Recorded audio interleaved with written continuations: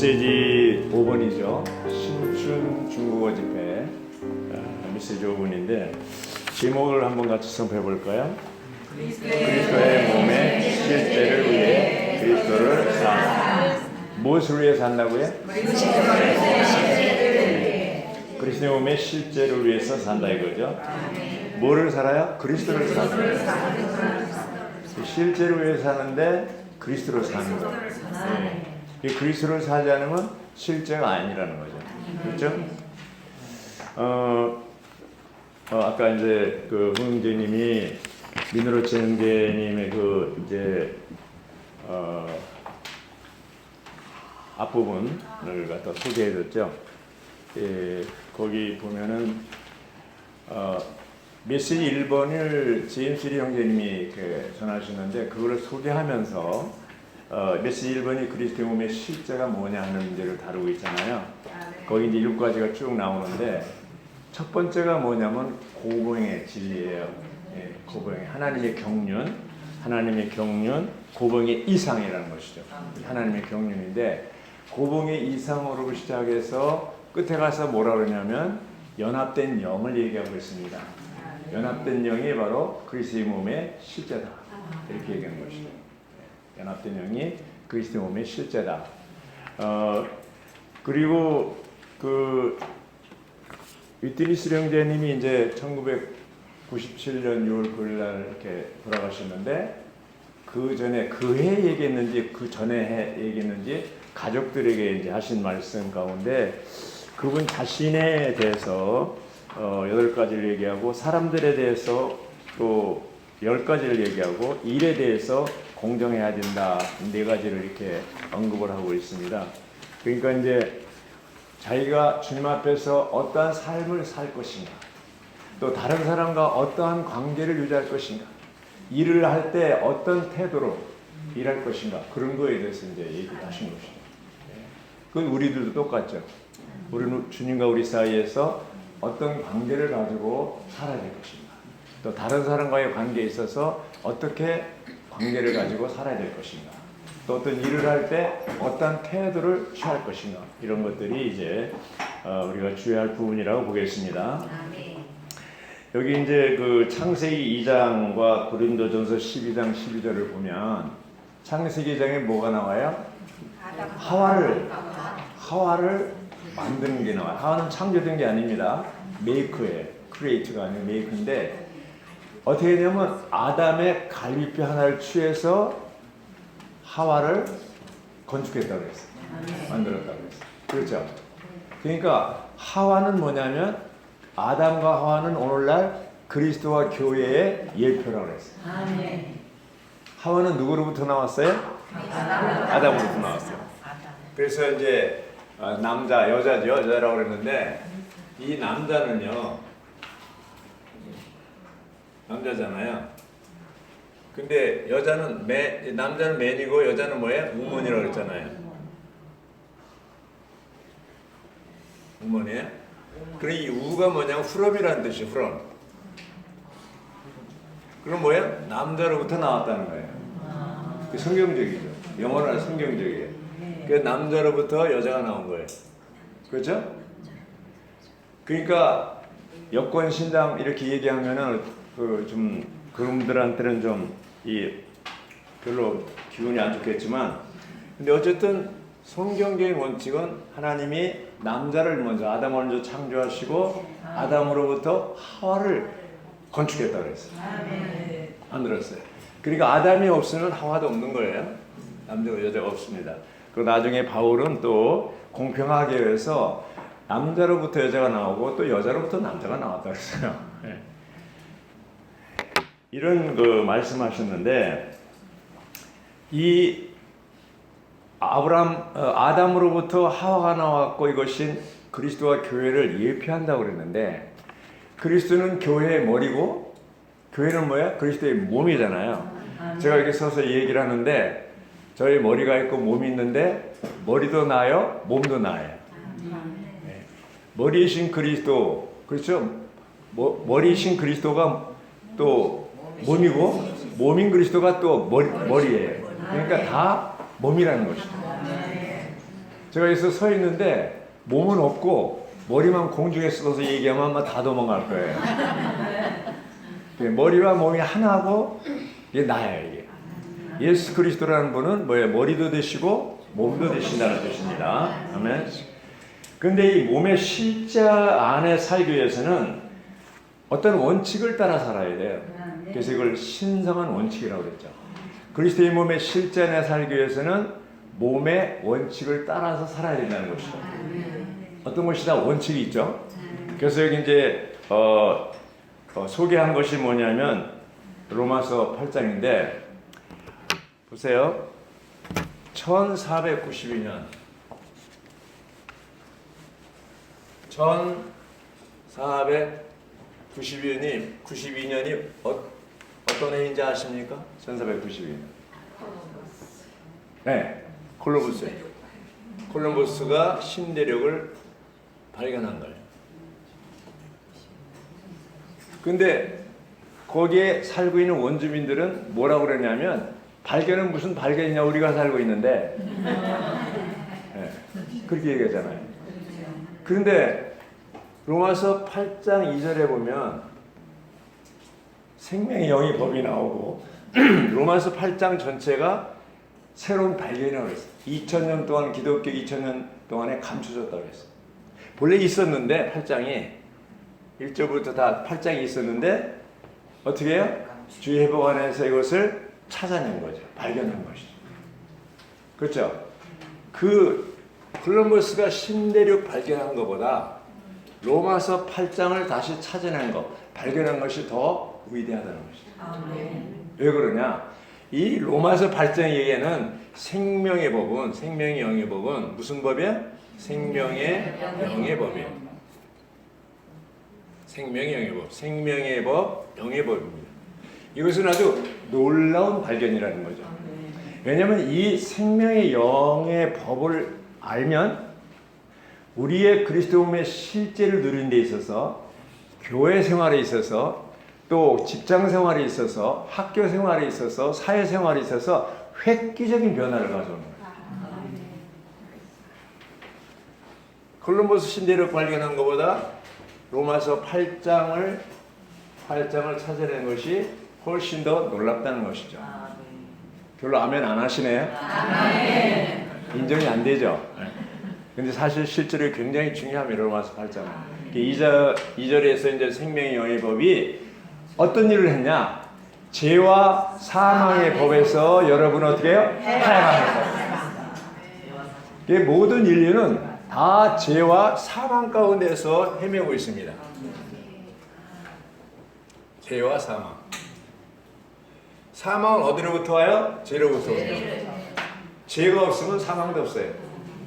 죄의 삭은, 죄의 대가는 사망, 죽음이에요. 죄가 없으면 죽음도 없어요. 자, 죄라는 게 뭡니까? 하나님을 하말티아죠. 하말티아야. 헬라어로 하말티아인데 이건 뭐냐면 관역에서 벗어났다는 거예요. 관역에서 벗어났다. 목적에서 벗어났다는 거예요. 하나님의 사람을 창조한 목적은 뭐야? 하나님을 담아서 하나님을 표현하고 하나님을 대표하고 사탄을 다스리는 거예요. 근데 이 죄 때문에 이 원죄 단수죄죠. 이 죄 때문에 결국 사람은 타락하게 됐고 많은 죄들을 짓게 됩니다. 이 죄로부터 원죄 단수죄로부터 많은 복수죄들이 나옵니다. 그래서 이 죄 문제를 해결하기 위해서 하나님이 직접 육신을 입고 나타나셔서 성육신 되고 인생을 사시고 죽고 부활해서 뭐가 됐어요? 생명 주는 영이 되셨어요. 무슨 영? 생명 주는 영. 여기까지가 하나님이 하신 일이에요. 자, 사람 입장에서는 어떻게 해요? 타락한 사람은 이 생명 주는 영을 받아들여야 되는데 받아들이려고 하고 보니까 죄 문제가 걸려 있는 거예요. 그래서 먼저 죄 문제를 해결해야 돼요.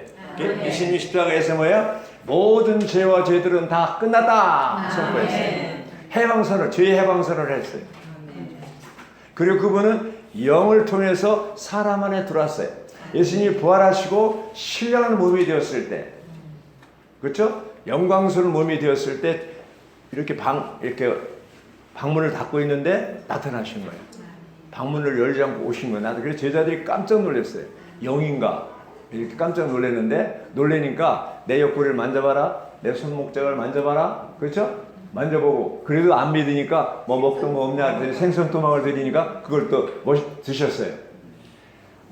영은 뼈와 살이 없어대 이렇게 나왔습니다. 나는 있다는 것이죠. 피는 없어 이제 끝났기 때문에 부활하셨기 때문에 그래서 생선토막을 드셨어요. 그러한 영광스러운 몸, 신령한 몸으로 우리도 변형될 거란 말이에요. 똑같이. 그런 이 생명 주는 영이신 그분 유전인자가 우리 안에 들어와서 어떻게 됐어요? 한 영이 된 거예요. 연합된 영이 된 거예요. 자, 그럼 우리는 이제 어떤 생활을 해야 되냐면 그분이 우리 안에 들어와서 생명이 되시고 또 영이 되셔서 한 영이 되셔서 하나의 법을 가지고 살 수 있는데 이 생명의 영어법은요 어떤 기능이 있냐면 자동적으로 그렇죠? 자동적으로 법이 움직이는 거예요. 그래서 우리 몸에도 자율신경이라는 게 있어요. 우리는 뭐 어때요? 이제 음식물이 들어가면은 우리가 야 우이야 내가 음식물이 들어갈 테니까 소화할 준비해 이렇게 얘기하지 않아도 그냥 들어가면 알아서 다 그렇게 하잖아요. 심장도 계속 뛰잖아요. 일생 동안 심장 뛰잖아요. 그래서 생명의 영의 법은 자동적으로 움직입니다. 움직여요. 이런 오토매틱이에요. 그래서 우리가 이제 생명을 받았어요. 이 생명 어떤 생명이에요? 조의 생명이잖아요. 신성한 생명. 이러한 조의 생명을 우리가 받았는데 이 생명에는 하나의 본성이 있죠. 생명의 본성, 거룩하고 의롭고 뭐예요? 또 빛이고 그다음에 또 사랑스럽고 사랑이 있죠. 그런 의와 사랑과 거룩과 빛 이런 더 많지만 대표적인 게 하나님의 생명, 신성한 생명 안에 이런 본성이 있는데 그것이 우리 안에 들어왔기 때문에 이러한 것들이 자동적으로 우리를 통해서 어떻게 돼요? 표현되게 되어 있어요. 근데 조건이 있어요. 어떻게? 법을 따라 살아요. 법은 원칙이죠. 그 원칙을 따라 살아야 돼요. 생명의 법에 생명의 법도 하나의 원칙이 있는 것이죠. 근데 이 신성한 생명, 조의 생명을 받기 전에 우리는 어떤 생명을 가지고 있었어요? 타락한 생명. 무슨 생명? 타락한 생명. 죄 짓는 생명. 그렇죠? 죄 짓는 생명. 아담의 생명, 천연적인 생명 어떻게 불러도 그거예요. 이러한 생명도 여기도 또 원칙이 있어요. 생명의 율이 있는 거예요. 그래서 이 생명을 가지고 살면 거짓말시키고 사기치고 성질내고 이런 것들이 그냥 자연적으로 되는 거예요. 근데 오늘날 기독교가 타락했다 이렇게 얘기할 때 기독교가 타락했다는 게 기독교가 타락한 게 아니고 본래 타락한 거예요. 사람은 타락한 거예요.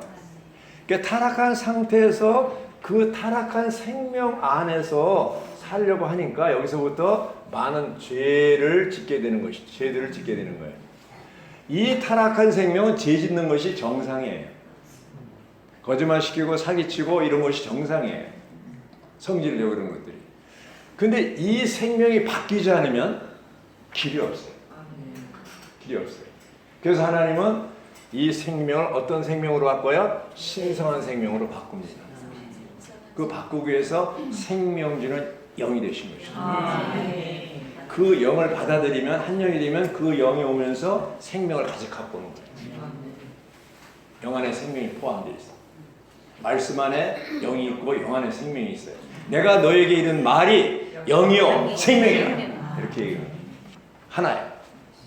그렇죠? 그래서 우리는 뭐예요? 어떤 사람들이야? 거듭난 생명을 가지고 태어난 사람이죠. 신성한 생명으로 거듭난 사람들이에요.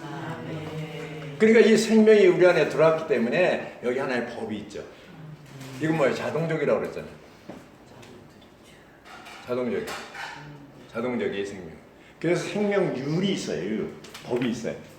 그래서 우리는 그리스도의 몸의 실제를 누리고 실제를 살려면 연합된 영 안에서 살고 행하고 존재해야 되는 것이죠. 그래서 바울은 계속해서 영을 얘기하는 거예요. 연합된 영, 실제 영을.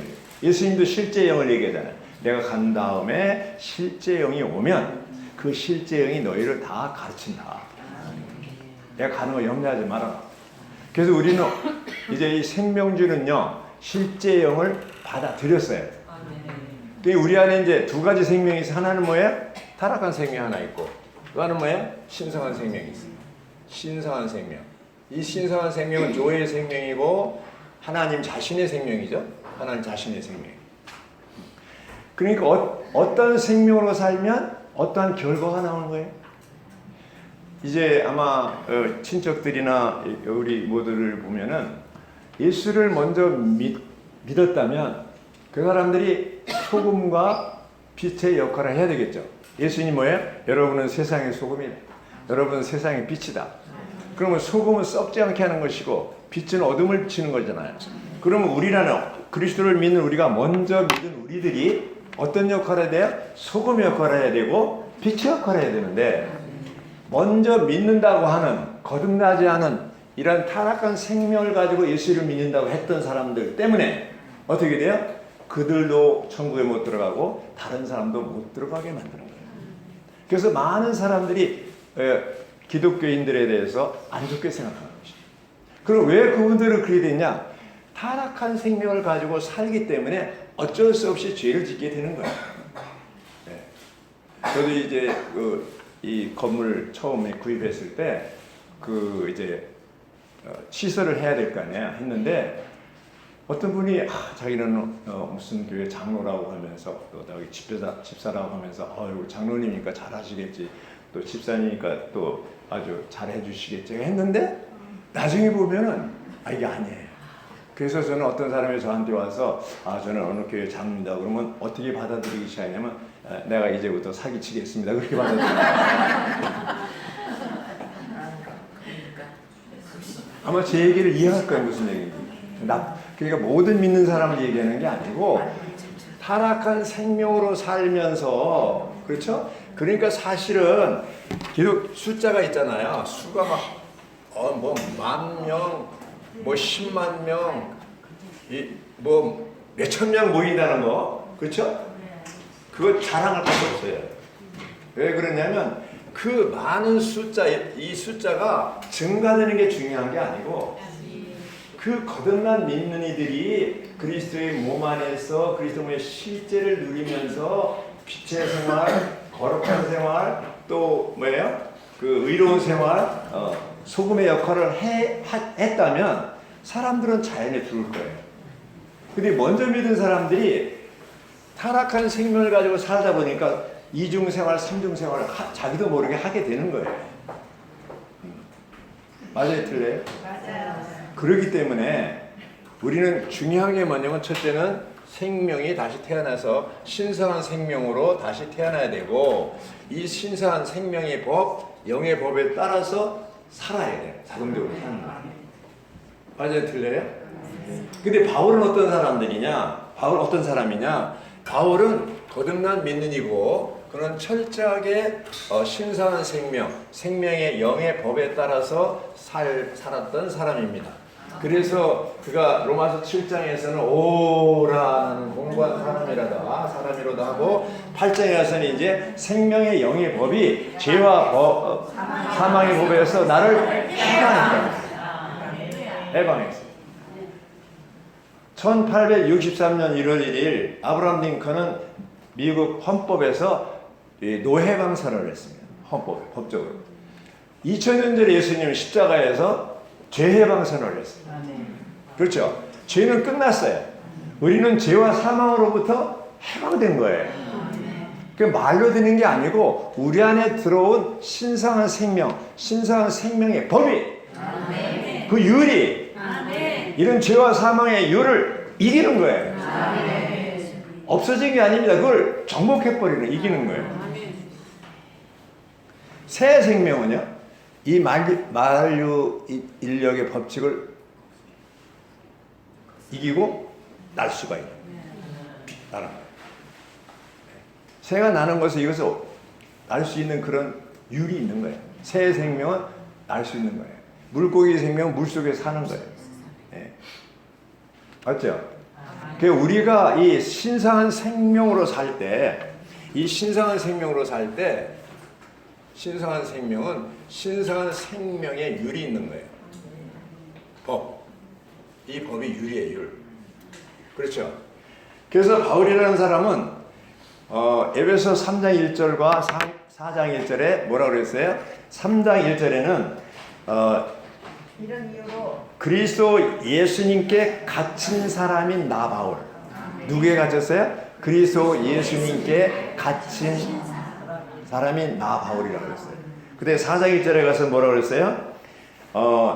주님 안에 갇힌 사람인 내가.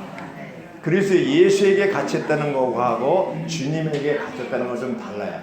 주님에게 갇힌, 주님 안에 갇힌 내가, 그게 더 깊은 거예요. 깊은 겁니다. 우리는 세상으로부터 교회 안에 들어왔어. 그 종교로부터 교회 안에 들어왔어. 그리스도 안에 들어왔어. 그렇죠? 근데 이스라엘 백성이 애굽에서 광야를 옮겼다고 해서 이스라엘 백성이 변화된 게 아니에요. 40년 동안 하늘로부터 내려온 만나를 먹어야 기질적으로 성분적으로 변화되는 거예요. 우리가 옮긴 거 가지고 그리스도께 왔지만 완전히 갇히진 않았어. 그래서 우리는 그리스도에게 안에 갇힌 자가 되는 거예요. 자, 갇혔다는 게 어디에 갇혔다는 거예요? 감옥에 갇힌 거예요. 감옥에 갇혔어. 누가요? 바울이. 이 감옥이라는 것은 제한받는 것이죠. 그렇죠? 제한받는 겁니다. 사람들은 결혼식 하고 그러면 결혼이 감옥이라고 그러잖아요. 왜 그러냐? 제한받기 때문에. 남편은 아내에게 제한받고 아내는 남편에게 제한받는 거예요. 아주 그냥 왼수라고 그래요. 남편도 왼수 그냥. 이렇게 제한받는 건데, 근데 묘한 것은요, 바울도 감옥에 갇혔을 때 신장부, 에베소, 빌립보서, 골로새서, 빌레몬서를 썼어요. 놀라운 서신을 썼어요. 감옥에 갇혔을 때. 요한도, 사도 요한도요, 계시록을 쓸 때 1장 10절에는 주의 날에 영안에 있을 때 계시를 봤어요. 교회에 대한 계시. 또 이제 7장의 3절에 보면 영안에 있을 때 장차 일어난 일들에 대해서 계시를 봤어요. 또 17장에서 보면 영안에 있을 때 뭐라고 그랬어요? 바벨론에 대한 계시. 21장의 10절에 보면 영안에 있을 때 새 예루살렘에 대한 계시를 본 거예요. 계시록은 전부 요한이 영안에 있을 때, 요한이 영안에 있을 때 본 계시예요. 영안에 있다는 것이 바로 그리스도 안에 있는 것이잖아요. 그리스도에게 갇혔다는 것이 뭐예요? 영안에 갇혔다는 것이죠. 맞죠? 예. 그리스도는 생명지는 영이 되셨기 때문에 우리가 영 안에 갇힌다. 그리스도 안에 갇힌다. 같은 말입니다. 그래서 바울은 로마서 8장에 가서 왜 육신에 든 생각은 사망이고 영에 든 생각은 생명과 평안이라 이렇게 6절에 가서 얘기했냐면, 바울이 이제 그 생명주는요, 그 신성한 생명으로 살다 보니까 어떤 때는 육신의 생각을 두게 되고 어떤 때는 영의 생각을 두는데, 육신의 생각을 두니까 어떻게 사망에 빠지더라. 또 영에 두니까 생명과 평안이더라. 이것을 왔다 갔다 하는 단계에 있어요. 근데 12장에 가서는 생각의 영을 새롭게 함으로 변화를 받아 하나님의 선하시고 기뻐하시고 온전하신 뜻이 무엇인지 분별하게 되었어요. 세상의 어떠함을 따르지 않았어요. 자, 자매님들, 로마서 8장의 단계입니까? 12장의 단계입니까? 어떤 단계? 대답이 없어요? 12장에 가기 원합니다. 지혜롭게 대답하시네. 예. 그럼 12장의 단계까지는 안 갔다는 거예요?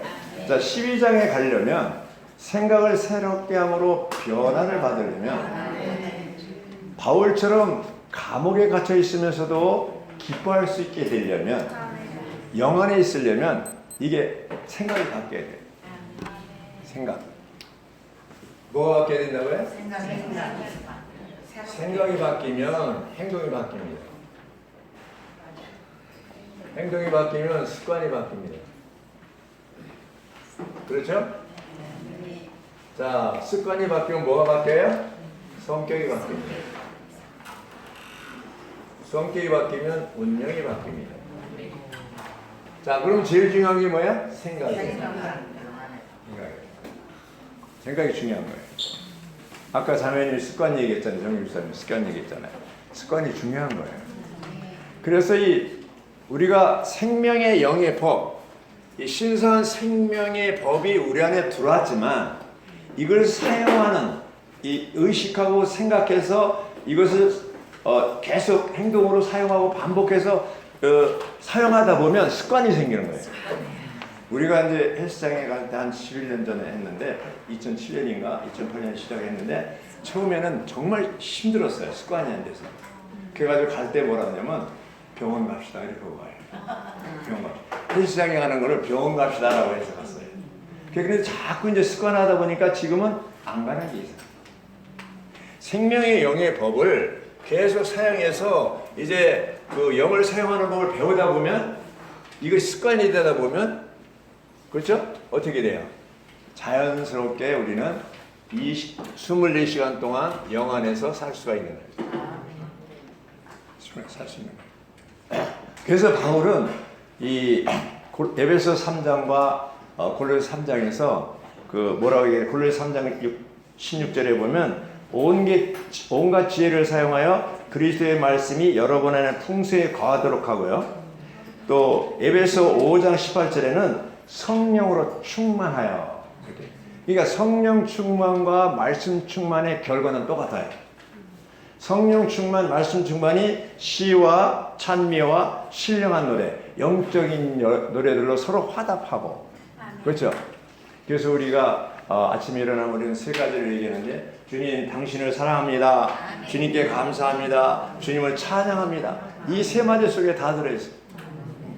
주님을 사랑합니다. 주님께 감사합니다. 주님을 찬양합니다. 옆 사람끼리 한번 해보시죠.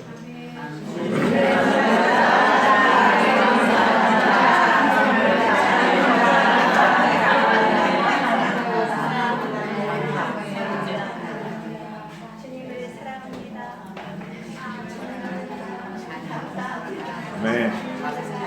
우리가 그리스도의 몸의 신성한 원칙들을 지킨다면 그리스도의 몸의 실제 안에 살 수 있다 없다? 있다. 그 원칙을 지킨다는 게 바로 생명의 영의 법을 지키는 거예요. 그래서 우리가 계속 바울은요 깨어 있어라 이런 얘기를 하거든요. 깨어 있는 게 뭐냐면 기도하는 거라고 그랬어요. 또 기도하는 게 뭐냐? 기도한다는 것은 바로 영 안에서 기도한다고 그랬어요. 항상 영과 연결되는 거예요. 영과 연결된다는 것은 바로 영 안에 들어갔다는 얘기는 하나님과 어린 양의 보좌와 우리가 이제 어린 양의 피로 이제 어디 지성소 안에 담대하게 들어간다고 그랬잖아요. 영 안에 들어가는 것을 얘기하는. 그래서 우리 안에도 보좌가 있고 하늘에도 보좌가 있는데 하늘의 보좌와 우리 안에 보좌가 연결되는 것이 바로 영입니다. 이것이 바로 안테나예요. 네. 그래서 우리가 연결될 때 24시간 연결되기를 원하여 끊어졌다 연결됐다 끊어지기를 원해요. 24시간 연결돼요. 할렐루야. 그렇죠. 그러면 계속 연결되려면 어떻게 해야 돼요? 영 안에 있어야 되죠. 그리고 영 안에 들어가려면 어떻게 해야 돼요? 여러 가지 방법이 있어요. 주 이름 부르고 말씀을 기도를 먹고 기도하고 찬송하고 지치들과 교통하고 이런 게 다 영 안에 들어가는 거예요. 아멘. 심지어는 운전하면서도 우리는 계속 하나님과 교신할 수가 있어요. 영 안에서. 네, 아주 이 스마트폰이 참 괴물인데 우리는 그냥 제가 전철을 타면요 전부 이렇게 뭘 보고 있어요. 보니까 쫙 전부 이걸 보고 있는 거예요. 근데 이 스마트폰이 전파를 잡아서, 그렇죠? 전파를 잡아서 여기에 이제 문자도 받고 동영상도 보고 영화도 보고 다 이짓합니다. 그렇죠? 이것이 다 연결되게 되는 거예요. 우리도 하나님이 보내는 이 전파를 영을 사용해서 잡아서 주님이 보낸 메시지를 받아들여서 그래서 분배받아서 우리 것으로 취한다면 그것이 성령 충만이요 말씀 충만이요 시와 찬미와 신뢰한 대로 서로 화답할 수가 있는 겁니다. 그것이 바로 그리스도 안에 갇히는 거예요. 영 안에 갇히는 거예요. 영 안에 있는 것이 그리스도 안에 갇히는 거예요. 그렇기 때문에 워치만 형제님은 20년 동안 감옥에 갇혀 있으면서도 그는 뭐예요? 믿음을 잃지 않고 주님과 즐거움을 유지했다고 그랬어요. 그 왜 그렇습니까? 영 안에 있었다는 거예요. 이 워치만 형제님은 바울보다 더 지독한 감옥 생활하는 게 뭐냐면 바울은 감옥 생활 때 아니 어떤 면에서 서신을 다 썼잖아요. 빌립보 서신, 고로새 서신 썼는데 워치만이는 쓸 수가 없어요. 쓸 수가 없었어요. 아무것도 할 수가 없었어요. 그런데도 믿음을 잃지 않고 기쁨을 유지했다고 했어요. 갇혔는데. 왜 그렇습니까? 그분이 영 안에 있었기 때문에. 반모섬에 있던 사도 요한처럼 감옥에 갇혀 있던 사도 바울처럼 이 감옥에 갇혀 있던 워치만이는 끝까지 믿음을 지킬 수 있었던 것은 영 안에 있었고 말씀 안에 있었기 때문에. 아멘 하십니까? 아멘. 우리가 모두 이러한 로마서 8장의 단계에서 영의 법을 따라서 산다면 그리스도의 몸의 실제 안에 있는 것입니다. 아멘. 주님께 감사합니다. 몇 가지 하겠습니다.